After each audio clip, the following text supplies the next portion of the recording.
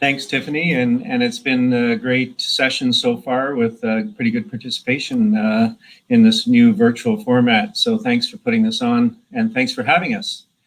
As Tiffany said, my name is Craig Toes, Vice President External Relations at UFV, and I will be your host for this panel discussion.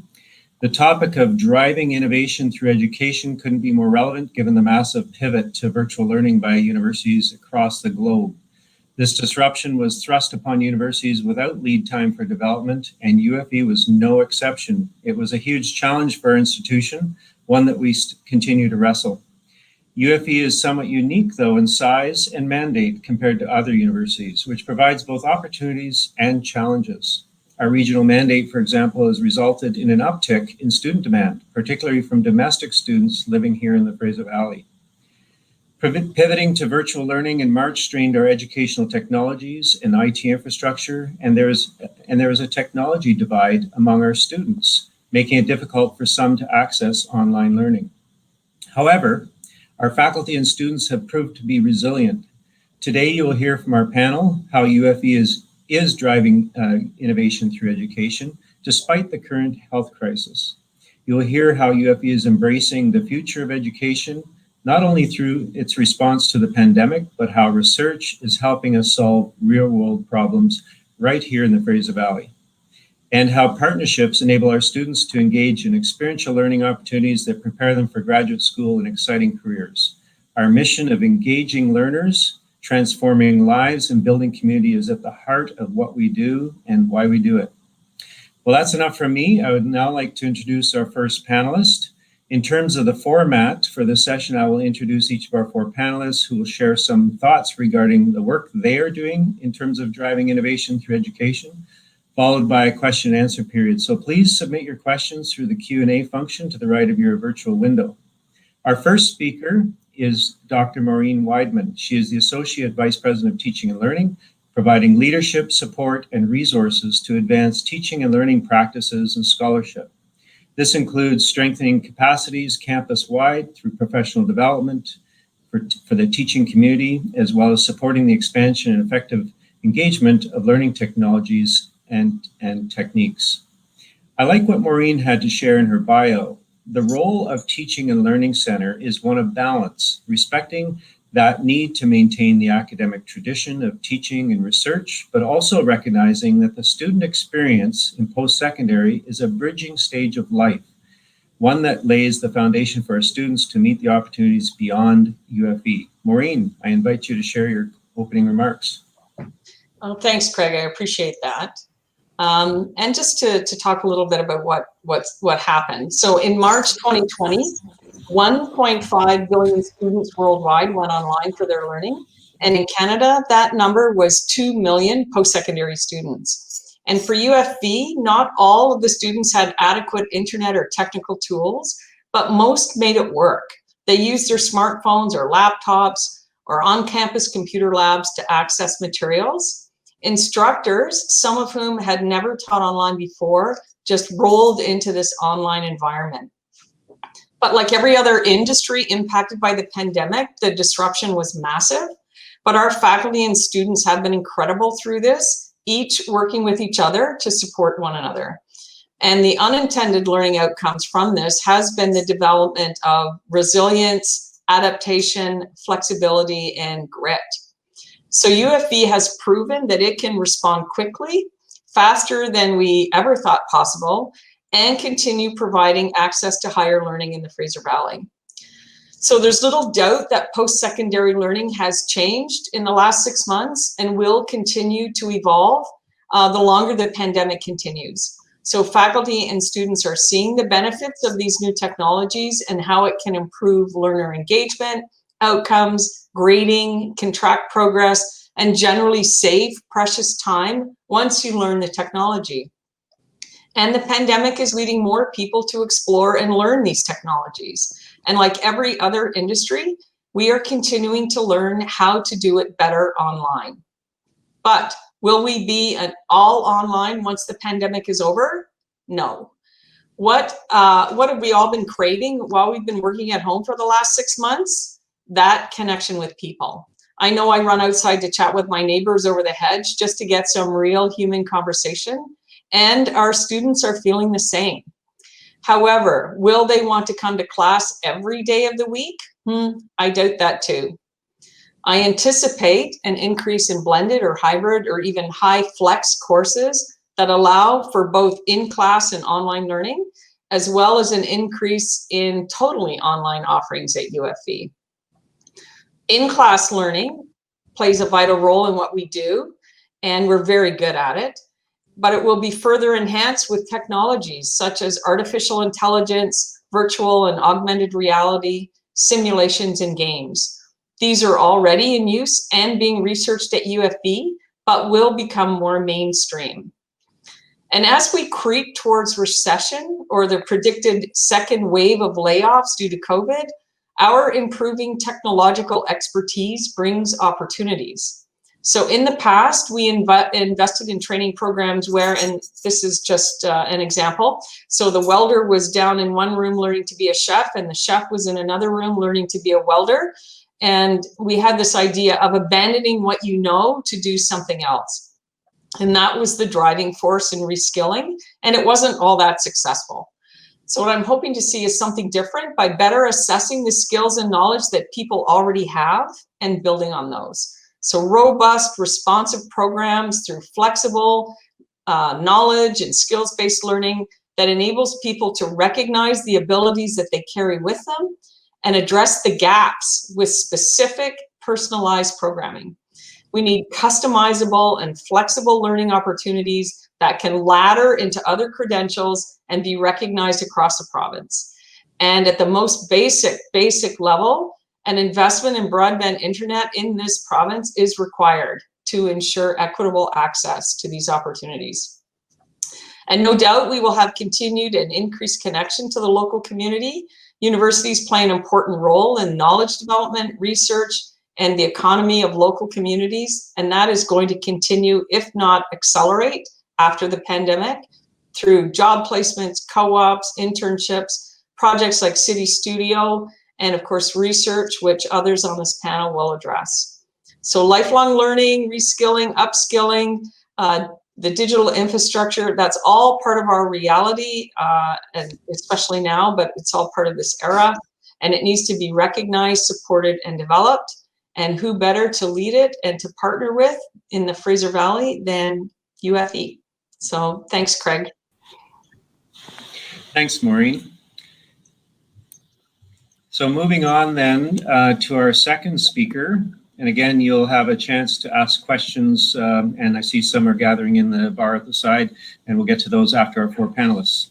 Our second speaker is Dr. Martha Dao. She is an associate professor in sociology and currently serving as the director of UFV's Community Health and Social Innovation Hub. CHASI is a collaborative, interdisciplinary, and multi-sectoral research and community engagement initiative that encourages innovative and evidence-informed thinking about some of the most pressing and complex health and social issues facing our communities. Dr. Dao's work emphasizes action-oriented research, community collaboration, and evidence-based decision-making. She has worked on a variety of program and policy development projects in relation to public safety, health, education, and vulnerable populations, and has presented her work internationally. Her appointment by the Solicitor General as an independent chairperson, presiding over BC courts as a panel member on the Industrial Training Appeal Board, has provided Dr. Dao with additional opportunities to engage her commitment to equity, social justice, and providing space for marginalized voices. Over to you, Martha.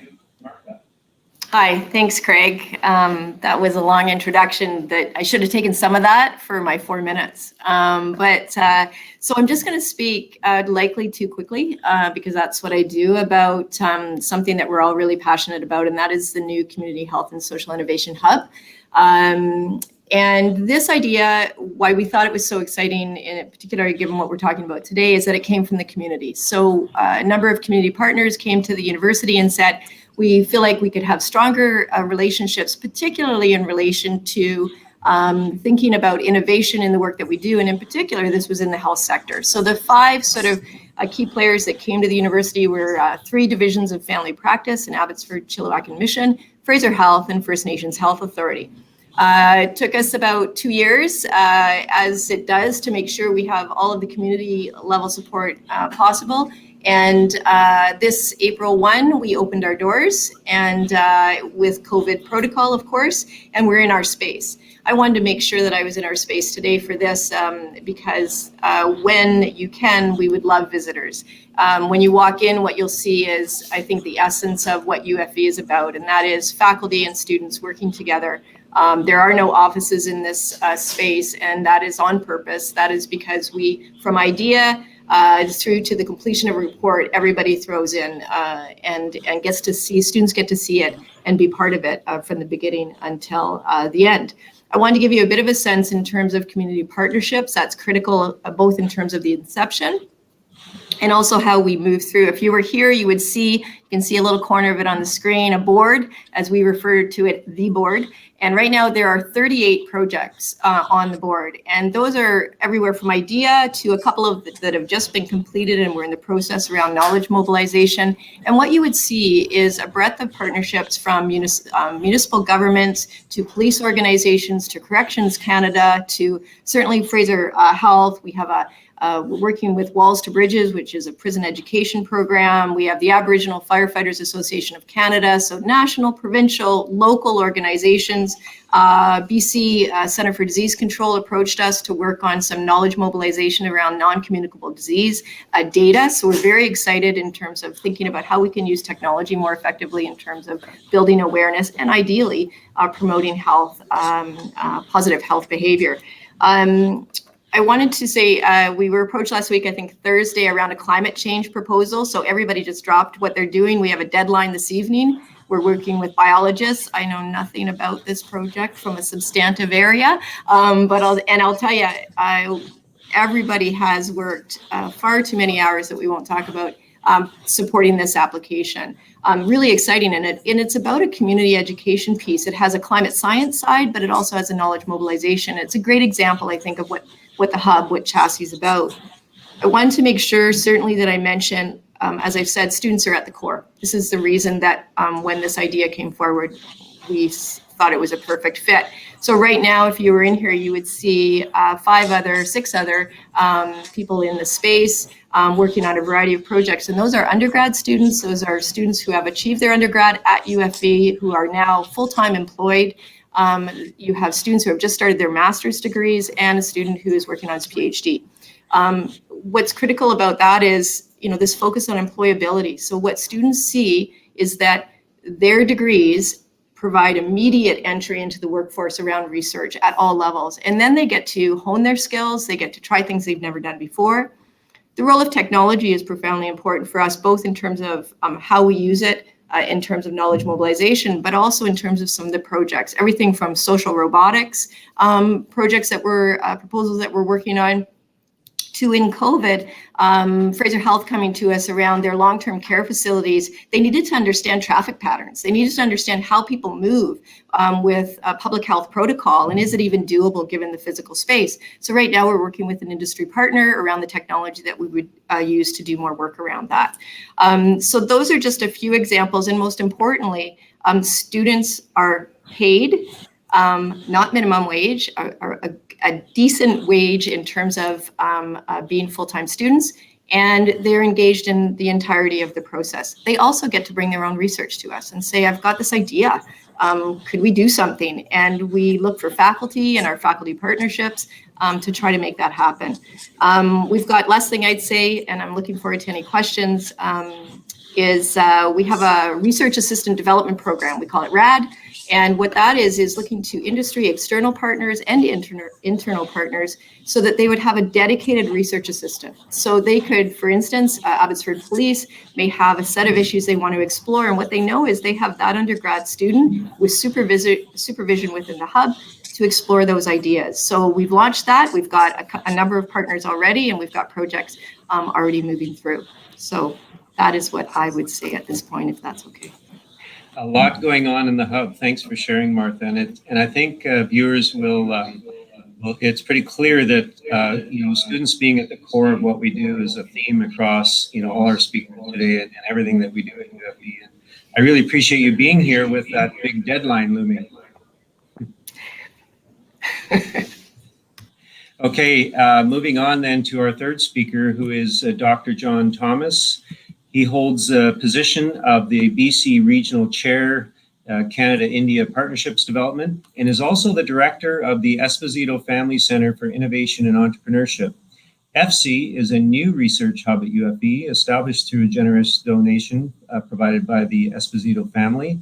The center will work to foster an inclusive, vibrant, and resilient space for innovation and entrepreneurship initiatives for UFV and our Fraser Valley communities. FC activities include research, course development, and mentoring both students and local entrepreneurs. It also emphasizes community outreach through events and projects that explore the interactions between technology, innovation, and society. This connection between innovation and society is in fact a unique aspect of the center.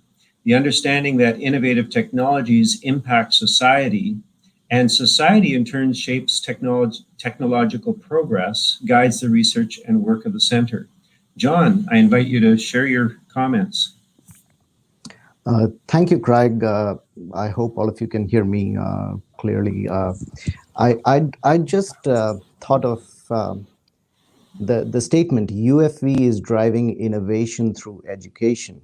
And if you think about this statement, it basically speaks to the role of universities in society. As institutions, as organizations, what are universities supposed to do? How are they supposed to contribute to society, to regional economic development?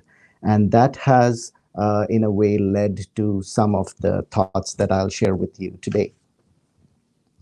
Universities are important stakeholders in innovation ecosystems. And why is that? Impactful ideas are generated, refined, and shared with society through the teaching, research, and technology transfer activities at universities.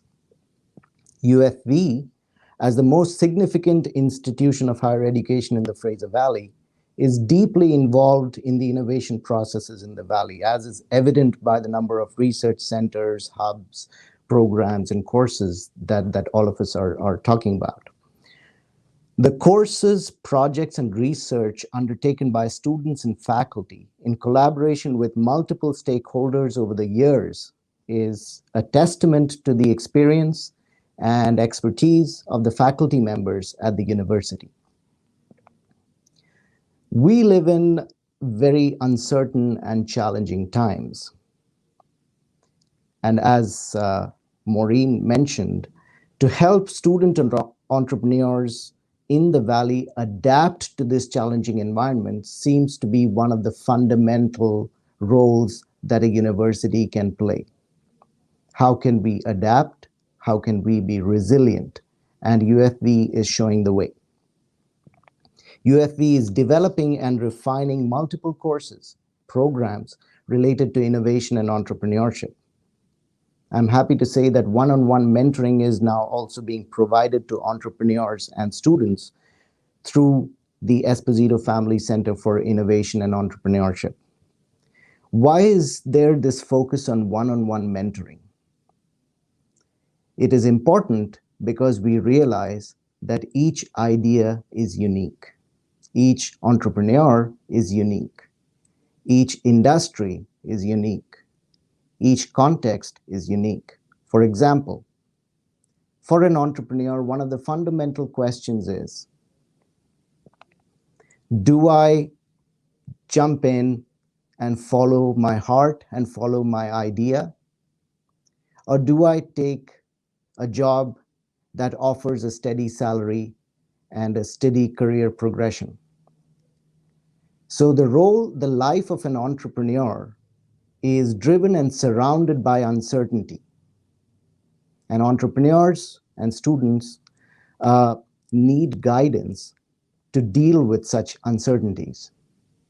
There is a lot of research, there's a lot of literature and training in innovation and entrepreneurship, which supports entrepreneurs and students by developing frameworks, giving them pathways to decide how to translate their ideas into success and find ways to share their ideas with the community. I'd quickly draw on some of the examples from some of my own research with scientist entrepreneurs who start companies. And in many, many interviews and conversations that I have had with them, and I've been a MITAC scholar out at the Center for Drug Research and Development, where I shared the lab bench with many scientists, entrepreneurs, and they are really driven and really passionate about sharing their ideas and innovations with society. They want to see change in the world. And I would like to say that many of us, in fact, all of us at UFV, want to see positive change in the communities we live in the Valley. And so all that we do through our courses, through our research, through our hubs, is in a way trying to change society for the better, trying to help people become more resilient and adapt to this challenging environment. And so I'd like to end by saying that we provide training and mentoring, and in doing so, UFV as a university is building entrepreneurial capabilities in students and entrepreneurs who will go on to strengthen the innovation ecosystem in the Fraser Valley. Thank you. Thank you, John. And you can see how that thread runs through not just working with our students, but even as an organization being entrepreneurial and innovative. Thank you. Finally, our fourth speaker is Dr. Lenore Newman. She is the director of the Food and Agriculture Institute of UFE, where she holds a Canada Research Chair in Food Security and Environment. Dr. Newman researches agriculture land use policy, bioengineering in food systems, and the role of food and agriculture in the creation of place. Her expertise in land use has been instrumental in advising government regarding the revitalization of BC's agriculture land reserve, and regularly speaks to industry and community groups. She has published over 40 academic journal articles and 2 books, all related to the future of farmland use and other food-related issues. Recently, Dr. Newman was asked by the Premier to join the Food Security Task Force that is focused on a central question: how can British Columbia lead the next agriculture revolution? Lenore, I'm going to turn it over to you. Thank you, Craig. It's a really interesting time to be working in agriculture right now because agriculture is changing. And if anything, COVID-19 has accelerated these changes. Before the pandemic, we were already seeing countries such as Singapore and Taiwan trying to answer a critical question. How can we feed our people in an environmentally responsible way without relying on imports from remote regions of the world? After the pandemic, we can expect rapid movement to increase local year-round production to build food security, and we can expect technology to decrease labor demands in the sector because, as most of you know, that has been a crisis during the COVID emergency.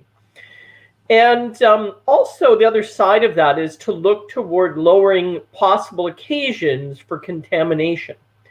Every time food is touched before consumption, there's a threat of something going wrong. And that is emerging as another new and suddenly urgent issue. We can also expect to continue to see plant-based technologies continue to advance thanks to better environmental footprints. That was going on before and seems to also have accelerated.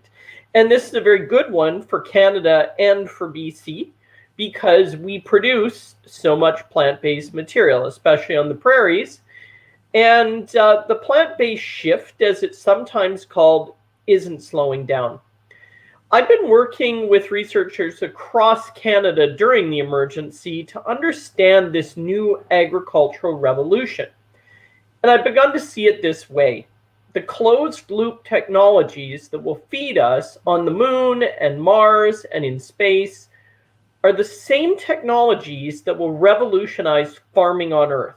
And as a university, we have to respond to that as it unfolds.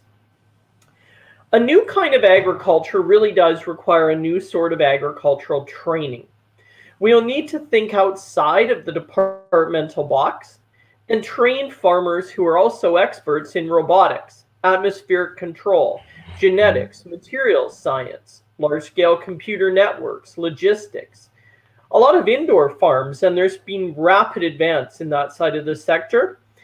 They have advanced networks monitoring all elements of their production, and they're going to need computer security personnel, which is a little new for the farming sector.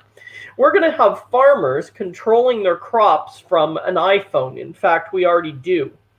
And we're going to need other farmers who protect that iPhone from hackers.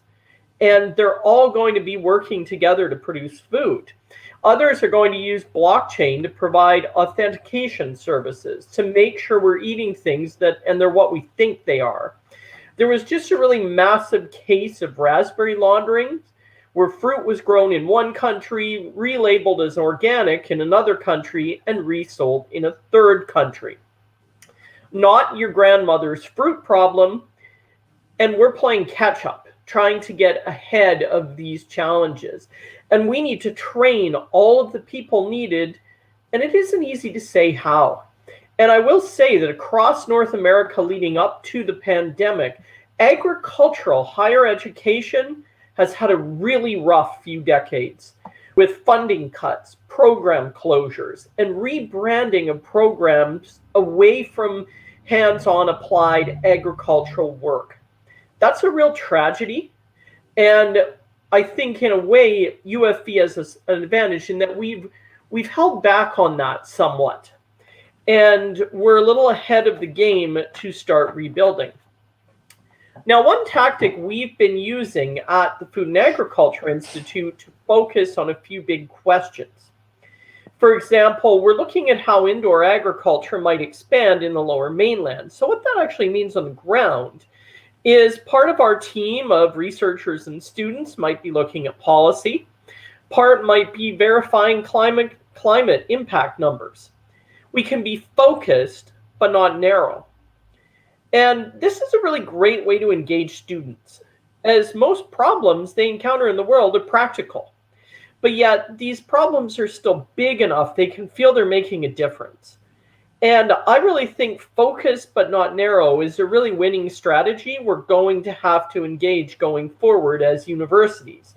And to be honest, as industries, as government agencies.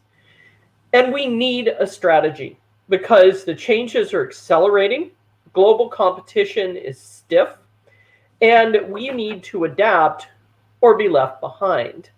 And so at UFV, that is our challenge, and also something I think we've proven to be fairly good at. So going forward, I'm hoping that the agricultural revolution will include us and include the Fraser Valley.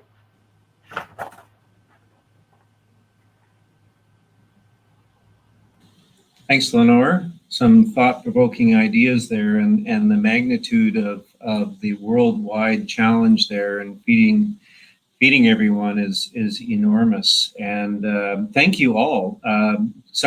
You can see by the sense of our panelists today, just the diversity of what's going on at UFV in terms of innovation and education. And so now we're going to shift to, we've got about 15 minutes for a question period. I've got some questions prepared here, but I'm going to first go to the chat bar and maybe throw out a question from John that has been repeated a couple times here. With new waves of COVID-19 layoffs anticipated, so we're in second wave now, of course, here in BC.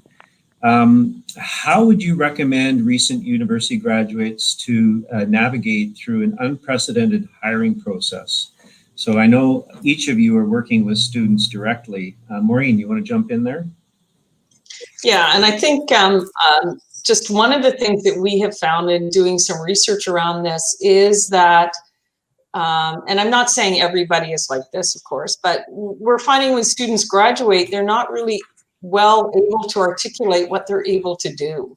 So they say, well, I have a degree in this and I've done courses in this, but then the question becomes, well, what can you do with that? What knowledge, what abilities, what's the bigger picture of what it is that you can do? And being able to articulate that to an employer is critical. And I was listening to the previous speaker who was talking about communication and being a good member of a team. And I think those are really two key things to think about. And you know, I've gone through thousands of resumes over the last few years. And one of the key things that I look at, one of the key pieces is that applicant asking how they can add to the team, or what do they bring to the table. And it's not, I want to do this job because it'll be good for me. It should be, I want to do this job because this is what I can help you do, and these are the goals I can help you gain. So that's just my two minutes, my 2 Thanks. cents. And of course, each of these examples shared here this morning have students deeply embedded in the applied research, in the projects, in the problem solving.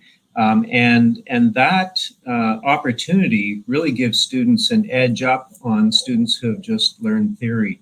And the essence of that is UFV's experiential learning goals. And maybe some of you could share in your areas how that impacts students from this question posed. How does that prepare them for the outside world, for jobs, careers, other graduate work?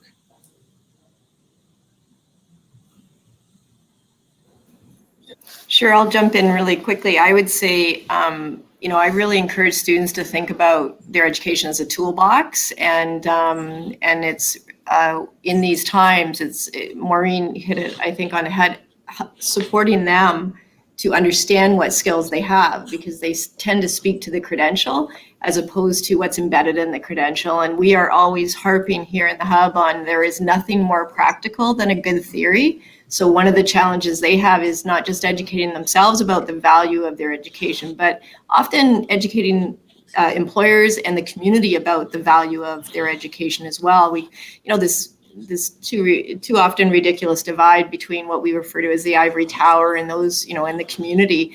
Certainly academics need to do a much better job of connecting with community in lots of cases, but I think students need to understand that those aren't two different worlds. They are in the same world, and to take advantage of every opportunity they can to add something to that Thanks, toolbox. And I think, you know, each of these three centers, you mentioned community partnerships. Each of these three centers are working very closely with students, but community partnerships are foundational to the success. And, you know, John, in your case, you're working with local entrepreneurs and the business community. Martha, you have a board there of all sorts of community partners, Fraser Health and other large organizations that you're working with. And Lenora, you're working with industry and the ministry and local farmers and producers, and the students get to touch that, right? In their research and their studies, they actually get out in the field, and that's really powerful. So obviously, yeah, you mentioned the ivory tower. It's really important that UFV is out in the community and making a difference through this work.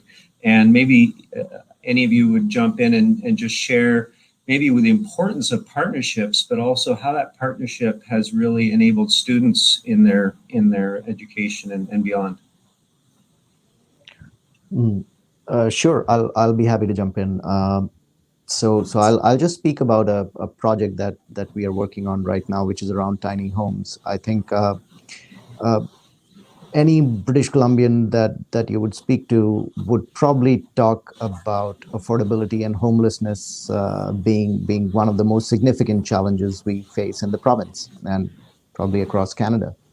And a student team in one of the courses I taught decided to focus on tiny homes, and we are now working to look at ways to promote that idea, to see what are the different options available, whether we go in with wooden construction or whether we would go in with containers, and trying to find ways where regulations need to be studied further, ways in which financing options are available both provincially and federally, to just try and see whether this social problem can be addressed by a student with a neat idea, with a project that can take it forward. So one of the things that I really like about UFV is particularly this this mentoring opportunity that undergraduate students have with faculty members. This is quite unique, and I'm pretty sure many students gain significant advantage from understanding why we talk about some theories, why do we talk about frameworks, why does something so abstract suddenly help in the real world. Many of these theories and frameworks have developed as a result of extensive work across many countries, regions over time, and so are quite applicable. And I don't see it as two different worlds where we have academics in one world and the community in another. It's more of a situation where we see many, if not all, academics keen to impact society in some form. Many do it through teaching, many do it through research, and many do it through research which is engaged. And so I've seen that play across multiple disciplines, and definitely is well represented on the panel today. So, John, just to dive a little deeper into your work with students, you mentioned the Center for Entrepreneurship Innovation and working with students on specific projects or business ideas that they're looking to explore. What are some of the questions that entrepreneurs should be asking to refine their idea before considering potential for commercialization? So I'd like to give a quick shout out to the previous speaker who pointed out to the importance of teams. I think it is really important for any initiative to really understand the involvement of the people, the expertise that they bring to the table, and how to find ways to work together. I've worked with many teams and individuals, mentoring entrepreneurs for more than 15 years now. And one of the significant things that they say and point out is you cannot be an expert in every domain that you need to get an idea off the ground. So you are going to need to work with others. You're going to need to work in teams, and therefore you are going to need to learn how to manage people. That said, one of the other important areas that is essential for an entrepreneur to consider is the issue of the creation, recognition, and prioritization of opportunities. Entrepreneurs, many of them have limited resources. And when you have limited resources, you have to choose which ideas you want to focus on. You would generally be advised not to try many ideas at the same time because you would be spreading yourself too thin. So the question then becomes, how do we choose which ideas do we want to work on? And in that choice, in that selection of an initial target market, you are really trying to build on your existing capabilities, leveraging them to try and attract a team to work together to try and achieve a goal. So finding a team, understanding your capabilities, do not spread yourself too thin, and prioritizing on that initial target market. To give you an example, some recent research that I have worked on is on Tesla Motors. The 3 founders of Tesla Motors had zero automotive industry experience. And yet, over the last several years, they have succeeded in entering a market that is highly competitive and dominated by well-entrenched incumbents with nearly 100 years of history. So how is it that a new startup, a tech startup with zero experience in a particular domain is able to build on their capabilities in another area and survive and thrive in a new sector? The answer we find is in concepts, innovation management concepts like architectural innovation and the attacker's advantage, where we see that Very large organizations, very large structures can sometimes become too bureaucratic, can be less resilient, less adaptive. And therefore, I see a tremendous opportunity both for UFV and the Fraser Valley in that we are just the right size to be flexible and adapt, as is being shown through the COVID crisis, as Maureen says, Right, in the right. speed with which we have adapted. And thanks, John. Yeah. So I want to carry on that theme a little bit with Martha and anyone else who wants to join in. Give us a sense of, research leads to discoveries. So how does this, how do these discoveries that you're working on, this research, lead to big change, say, in the health sector? How does that process work? Yeah, well, I mean, I think the challenge always is mobilizing so that there is policy and structural change. We're all working within these structures, whether they're healthcare or education, et cetera. So, I think a quick, an example might be the reach out by BC Centre for Disease Control when they said, we have all of this information around non-communicable diseases, and Fraser Valley is a critical hotspot in terms of healthcare funding around many of these issues. So how do we engage in health prevention in a new and innovative way? Because that's what we need. We need behavioral change. So as an example, there's an organization coming to us, not that they need more research and data in terms of what the issues are. They know what the issues are. What they need is assistance in terms of that very critical knowledge mobilization function. So I think that's an example on that side of the house. And I think the long-term care example, the long-term care research chair in Fraser Health came to us and said, we have to start thinking about how we're building our facilities, right? I mean, a whole lot of the public health directives you couldn't implement them simply because of the hallways, right? And how the organizations were set. So if that work that we could do out of Chassis, Dr. Amir Shabani is leading that, was able to start to think about design of building and start to think about working with Fraser Health with respect to those kinds of issues, then whatever is next, we've anticipated and we have a better ability to intervene. So I think those are two examples where you are able to mobilize through pilot or otherwise the research so it's usable. Yeah, those are good examples. Thanks, Martha.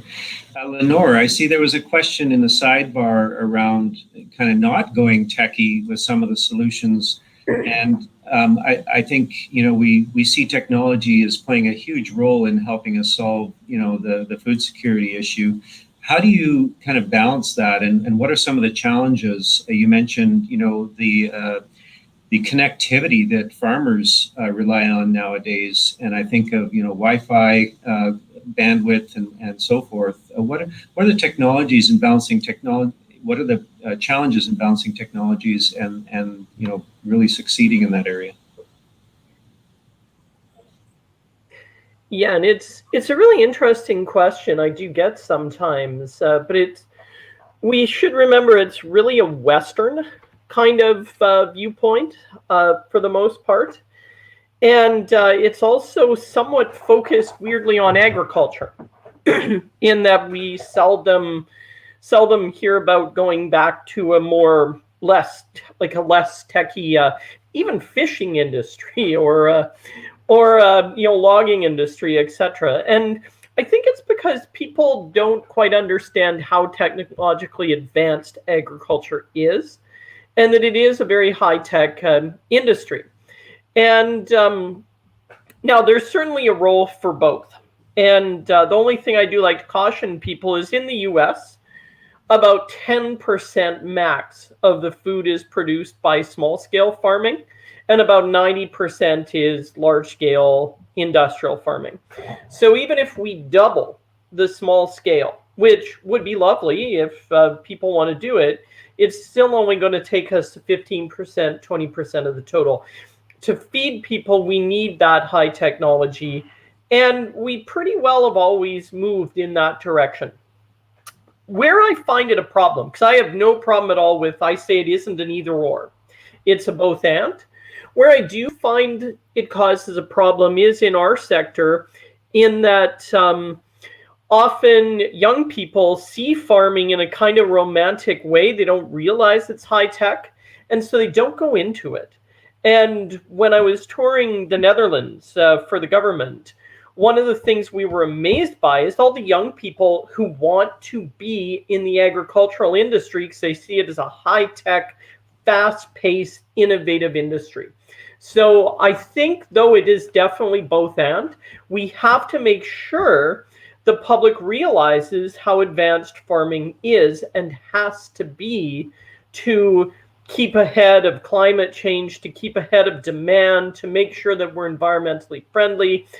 And I do think it's a bit of a shame in that we don't have enough young people going into the industry because they see red barns and grandpa on a tractor. And it's so much more than that. And at UFV, we actually do some really interesting research. Michelle Saperla in the English department has been analyzing children's books about farmers and discovered there aren't any greenhouses in any of the books anywhere. It's all sort of small scale mixed use farming, which is lovely and I suppose works well if you're reading to kids. But I think we start really early with an image that farming is yesterday's industry.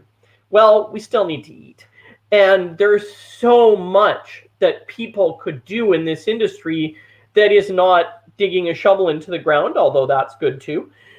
It's about shifting the whole dynamic to let the public know that, no, this is a really high-tech industry.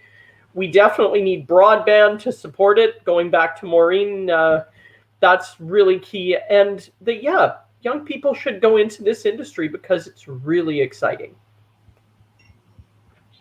Thanks, Lenore. And I'm pretty sure our time is up here. I haven't seen Tiffany jump in, but I want to thank each of you for your contribution here. It's been very stimulating thinking about, you know, the interactions with students and the impact of your research and with our communities. And I want to thank each of you for participating and joining in. It's got me very excited about the future here that UFV is involved in our community. And I think this has been a great day. Thank you, Tiffany and Gurvinder and Accelerator for giving the opportunity to engage in this way. Thank you so much, panelists and Craig, for showing us how education drives innovation. It was fascinating hearing from you, and thank you so very much. Thank you, and have a great day. Have a wonderful day, everybody. Thank you. See ya.